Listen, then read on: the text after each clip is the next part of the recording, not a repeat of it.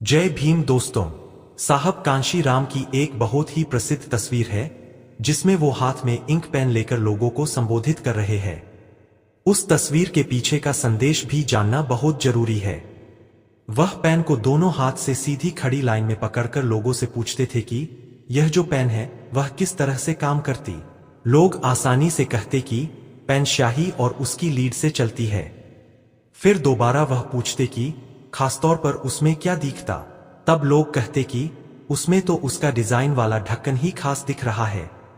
तब साहब कांशीराम कहते कि इसी तरह भारत की समाज व्यवस्था में भी ऐसा ही है, जिसमें देश की 85% बहुजन जनता ही सही अर्थ में काम कर रही है, इसलिए असली ताकत तो वो लोग है, जबकि 15% जनता तो इस पेन के ढक्कन की माफक है जो सिर्फ दिखावे के लिए ही है।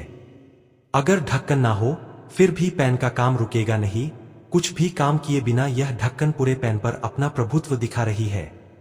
भारत देश में भी इसी प्रकार पूरे देश के संसाधनों पे 15% लोग अपना कब्जा जमाकर बैठ गए हैं और असल में जो मेहनतकश समाज है वह अपमानित हो रहा है।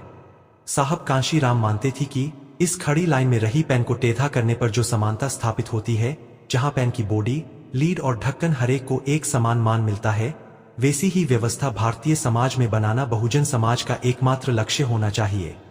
भारत देश की अनुसूचित जाति, स्केड्यूल कैट्स, जनजाति, स्केड्यूल ट्राइब्स, अन्य पिछड़ी जाति, अदर बैकवर्ड क्लासेस, अल्पसंख्यक, माइनॉरिटीज लोगों को मिलकर जो बहुजन समाज बनता है, उस जनता को अपनी ताकत का कोई अनुमान नहीं है और यही वह कारण है जिसकी वजह से वह पछात बने रहे हैं।